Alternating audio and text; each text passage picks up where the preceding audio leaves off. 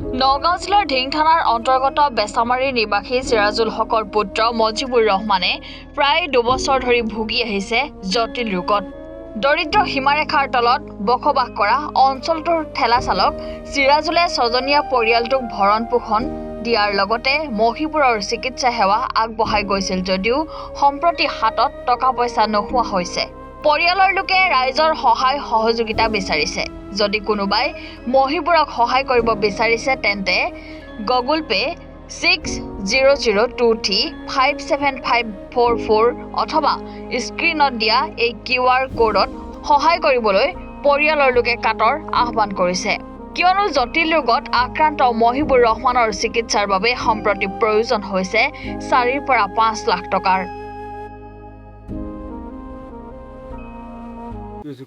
আমরা বাড়ি ডিং বেড়সামারি মানে সারাটা বিদেশ আসছি পরে হেনগে হাইরা জ্বর হয়েছে বললে পরে জ্বরের আর বিষের ট্যাবলেট খাইছে খাওয়ার পরে দিয়ে এরম হয়েছে পরে ডাক্তার এনে লয়ে গেছি পরে ডাক্তারে মানে কইছে অপারেশন করব মানে 5 লাখ টাকার কথা কইছে অন্য আমার তো আর অত টাকা নাই গরিব মানুষ মানুষের মাটির থাকি আমি চিকিৎসাটা কিবা করবাম আমি রাজের কাছে অনুরোধ চাইতেছি সবাই 1-2টা ওইরা যাই দে মানে আমি পোলাটার চিকিৎসা করাইতাম আমি গরিব মানুষ বলে সবাই সহায় করুন।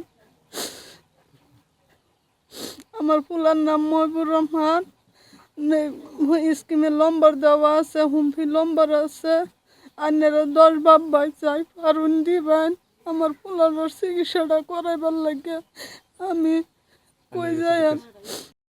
নমস্কাৰ। প্ৰথমে মই গোটেই অসমবাসীক নমস্কাৰ জনাওঁ। তাৰমানে এই পৰিয়াল যিজন ল'ৰা মুছাব্বিৰ মহিবুৰ ৰহমান, বাপেকৰ নাম চিৰাজুল ইছলাম, নগাঁও ঢিং বেচামাৰী ঘৰ, বেচামাৰী গাঁও পঞ্চায়তৰ অন্তৰ্গত 5 নম্বৰ ৱাৰ্ড।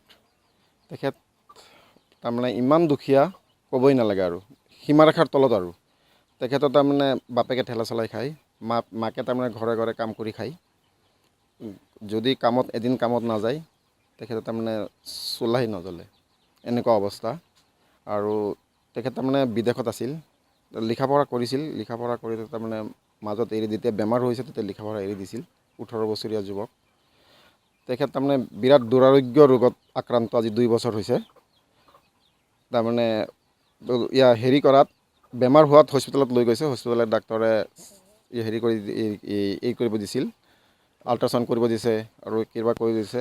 যিখিনি পইচা আছিল 10-15 হাজাৰ টকা আছিল হাতত, এই টকাখিনি তাৰমানে তেওঁলোকে একদম খৰচ কৰি শেষ কৰি পেলাইছে। এতিয়া একদম ইমান বিলয় হৈছে, এতিয়া দিনত এসাঁজ খালে আৰু এসাঁজ খাব নোৱাৰে।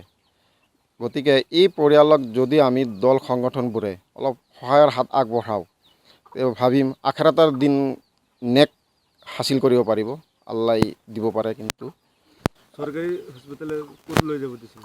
প্ৰাইভেটত লৈ যাব দিছিলে। তাৰপিছত প্ৰাইভেট ডক্টৰে কি কৈছে? প্ৰাইভেটত ডক্টৰে কৈছে যে অপাৰেশ্যন কৰিব লাগিব। কোনখন হস্পিটালত লৈ গৈছিল আপুনি জানে?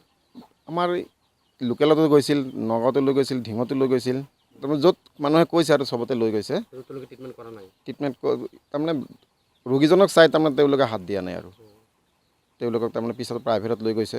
প্ৰাইভেটত কি কৈছে? 5 লাখ টকা যোগাৰ কৰক, 5 লাখ টকামান লাগিব ইয়াৰ ভিতৰত অপাৰেশ্যন ভিতৰত। তাৰমানে হেৰি কঁকালৰ তাৰমানে তলৰ ফালে ঘাঁ হৈ গৈছে, ঘাঁ হোৱাত ভিতৰত তাৰমানে চব জ্বলি গৈছে।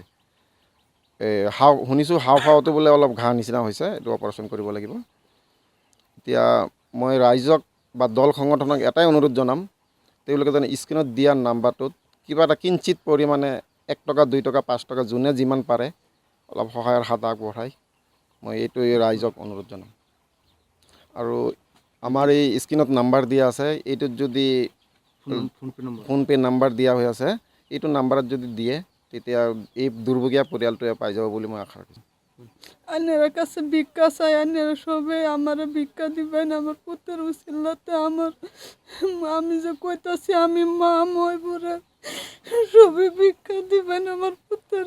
5 লাখ কইছে ডাক্তারে, লাগে বুলি কৈছিলে? 5 লাখ কইছে। কোনটো হস্পিটালত? নগাঁও। আপোনালোকৰ আয়ুষ্মান কাৰ্ড নাই? নাই, আয়ুষ্মান কাৰ্ড নাই। চৰকাৰী হস্পিটালত গৈছিলে, কি কৈছে? চৰকাৰী হস্পিটালত যোৱা নাই? কি কৈছে? কইছে অপাৰেশনেৰ কথা লয়ে গেছি পৰে প্ৰাইভেট লয়ে যাবাৰ দিচ্ছে অপাৰেশন কৰবাৰ দিচ্ছে টুকটুকিৰ পৰা আদিলুৰ ৰহমানৰ ৰিপৰ্ট এনি ভাৰত 24